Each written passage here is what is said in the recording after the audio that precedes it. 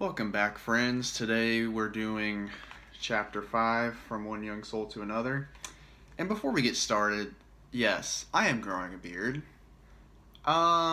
It just kind of happened, and I'm feeling okay about it. I've always wanted a beard, never really worked out. Never really got it to grow up on the cheeks much, so I'm like, yeah, I'm just gonna not do that. But I'm sticking with it. It's been about 2 weeks now, and we're gonna see. We're gonna see how this goes. We're gonna document this. So I want you guys to stay along for that journey. But this is what we're talking about today. So the pressure to stay busy. This is a very important chapter, and I hope you're noticing at this point that everything really does build on each other. Looking back at how I wrote this book, just to compliment myself, I think I did a great job with layering these chapters because each chapter builds on the last one. And if you didn't watch the last video, it'll be in the description. I'm putting everything in a playlist so you can watch all what's going to end up being 9 videos if you would like. So you can, again, you don't even have to buy the book.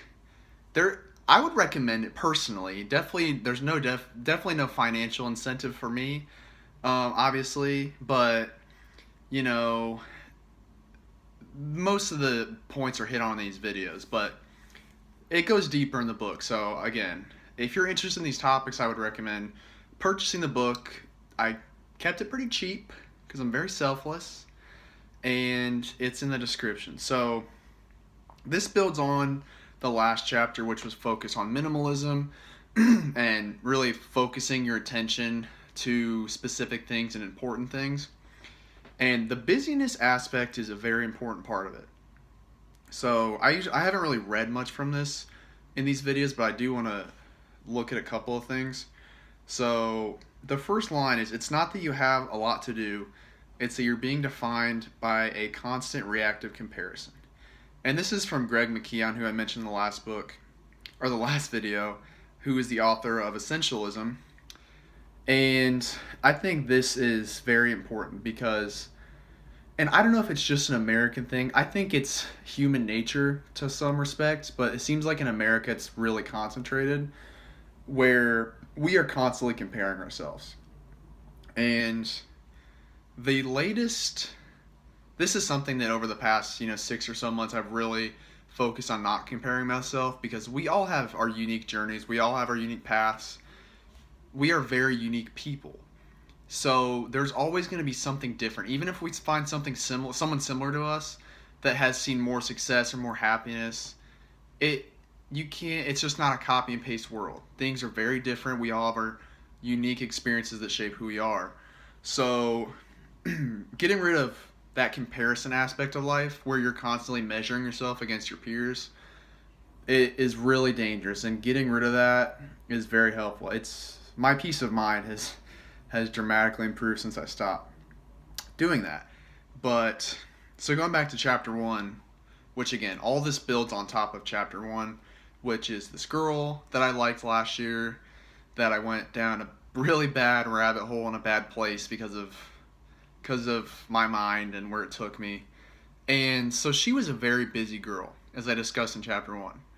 And as I decided to move on from her, the way that I wanted to move on mentally, the best way I thought was, I need to be busy. I need to do this and that other.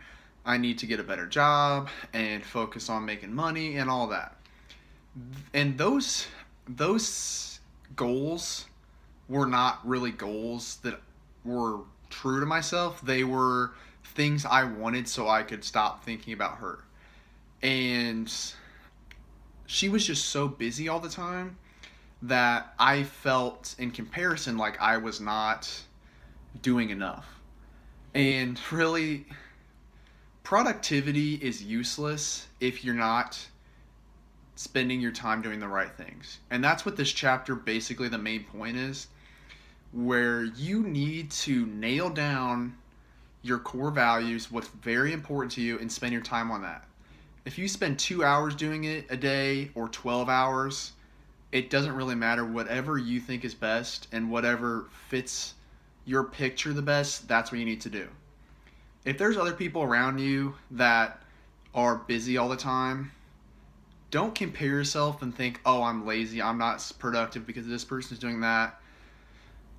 From what I've seen, the people that are that busy, especially if it's with something that they don't truly care about, or they're not in a survival mode for money, they are trying to forget, just as I was with this girl. People stay busy so they don't have to focus on themselves. And there's actually a quote I put in here that talks about that. So Tim Kreider wrote an article in 2012 from the New York Times entitled The Busy Trap, where he discusses the busy culture and its negative connotations and all that. And this is like almost 9 years ago at this point, and I think it's become even more of a prevalent issue in modern society. So he says they're busy because of their own ambition or drive or anxiety, because they're addicted to busyness and dread what they might have to face in its absence. I mean, that last part is just amazing. They're addicted to busyness and dread what they might have to face in its absence. And exactly what he's saying is when they clock out, when they go home and they lay in their bed, what do they think about? That's you can make yourself busy all you want. You can focus your attention on other things.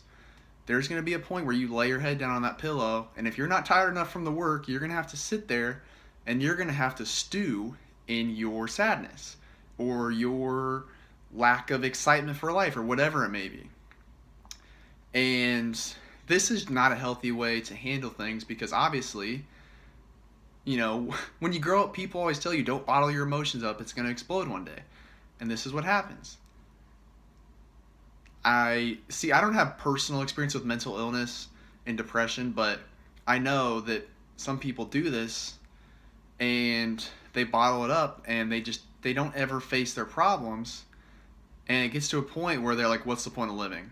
And either they try to end it or they do because they never took the time to really work on themselves.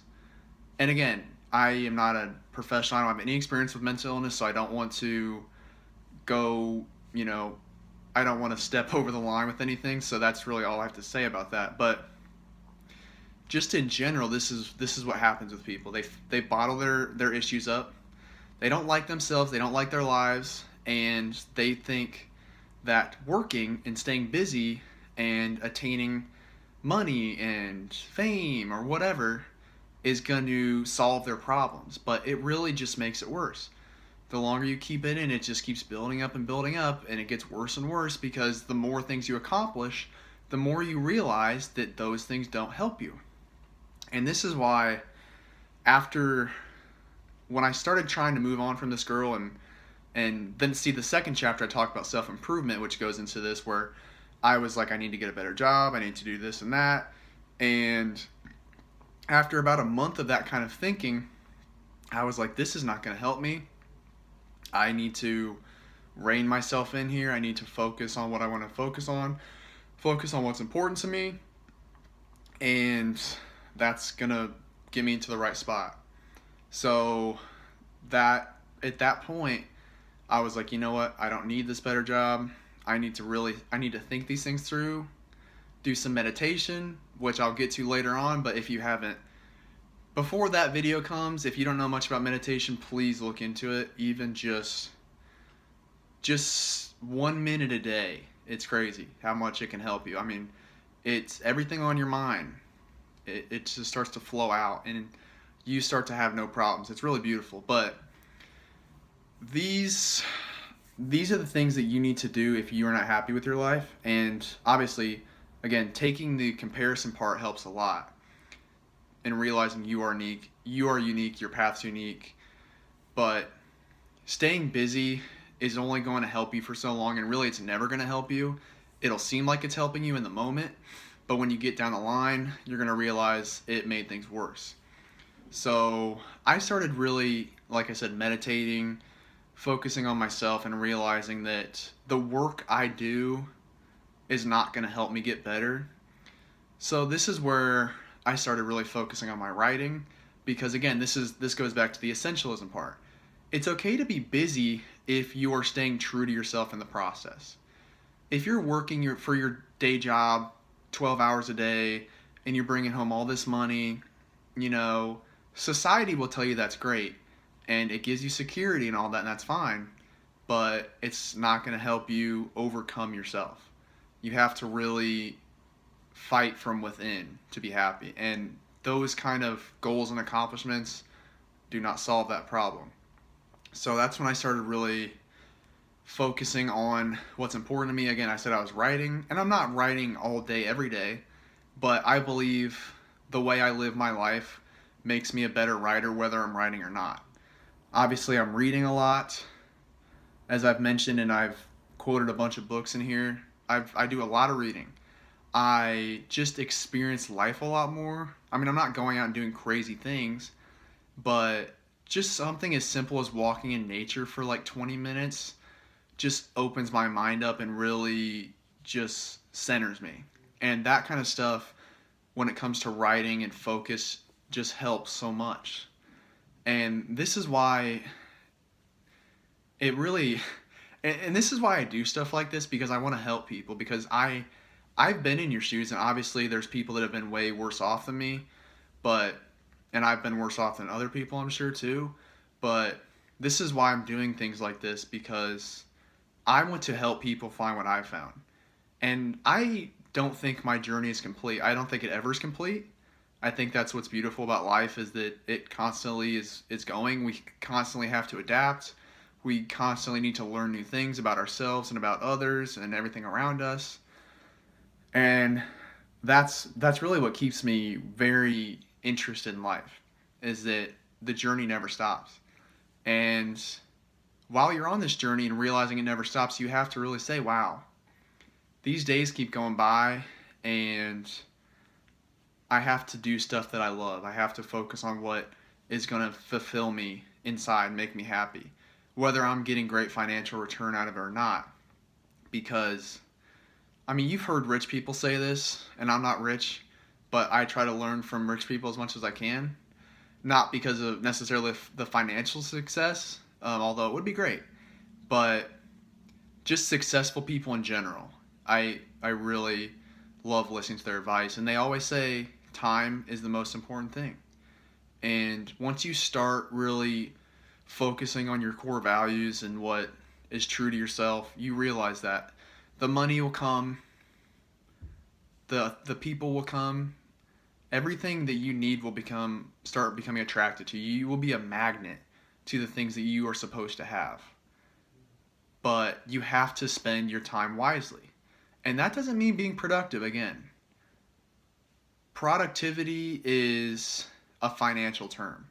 It's not, it's, when it comes to the grand scheme of life, it doesn't mean much. It really doesn't. It means much to our bosses. It means a lot to the economy, but it doesn't matter to us as much. It's time and focus on what really matters. That is the most important thing, and that's what everyone should be focusing on.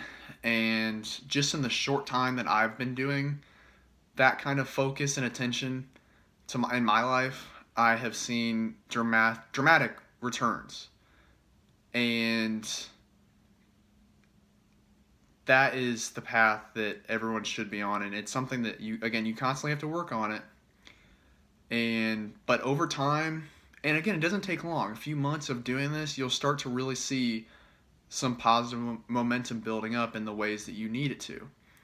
And over time, it just that ball rolling down the hill collecting snow just gets bigger and bigger, and you will really start to see major returns in your life.